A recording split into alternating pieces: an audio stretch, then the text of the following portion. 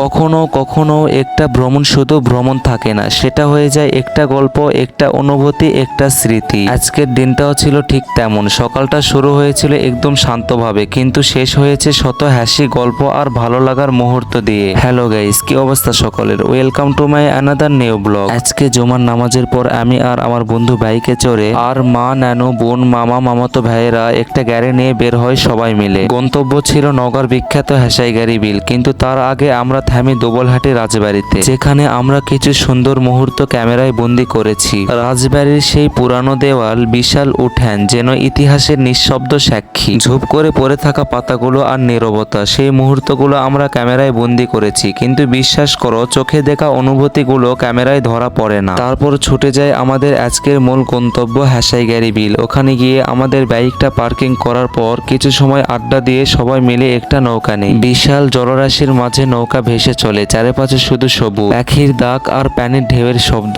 এগুলো দেখে যেন মনে সব ক্লান্তি দূর হয়ে যায়। সেই বিলের মাঝখানে একটা গাছ, যেটা এখন ভাইরাল হয়ে উঠেছে। ওখানে গিয়েই সবাই কিছুক্ষণ দাঁড়ায়। আমরাও সেই গাছের ছায়ায় দাঁড়িয়ে কিছু ভিডিও নেই, আবার একটু চুপ করে প্রকৃতির নিঃশব্দ সৌন্দর্য উপভোগ করলাম। গাছটা যেন একা দাঁড়িয়ে থেকেও বলে, তোমরা আসো, একসাথে কিছু মুহূর্ত ভাগ করে নিও। পরিবার আর প্রিয়জনদের সাথে এমন সময় কাটানো সত্যি ভাগ্যবানদের জন্য। কেউ কেউ ভাবে ভ্রমণ মানেই দূরে কোথাও যাওয়া, কিন্তু আসলে যেখানেই প্রিয় মানুষ আছে সেখানেই তো আসল আনন্দ। এমন কিছু দিন আছে যেগুলো শুধু ছবিতে নয়, হৃদয়ে জায়গা করে নেই। আজকের দিনটা ছিল ঠিক তেমনই, আর সেজন্যই আমি চাইলাম তোমাদের সাথেও এই গল্পটা ভাগ করে নিতে। তো গাইস, আজকের ভিডিওটা ছিল এত পর্যন্তই। দেখা হচ্ছে নেক্সট কোনো ভিডিওতে। ততক্ষণ সুস্থ থাকবেন, নিজের খেয়াল রাখবেন।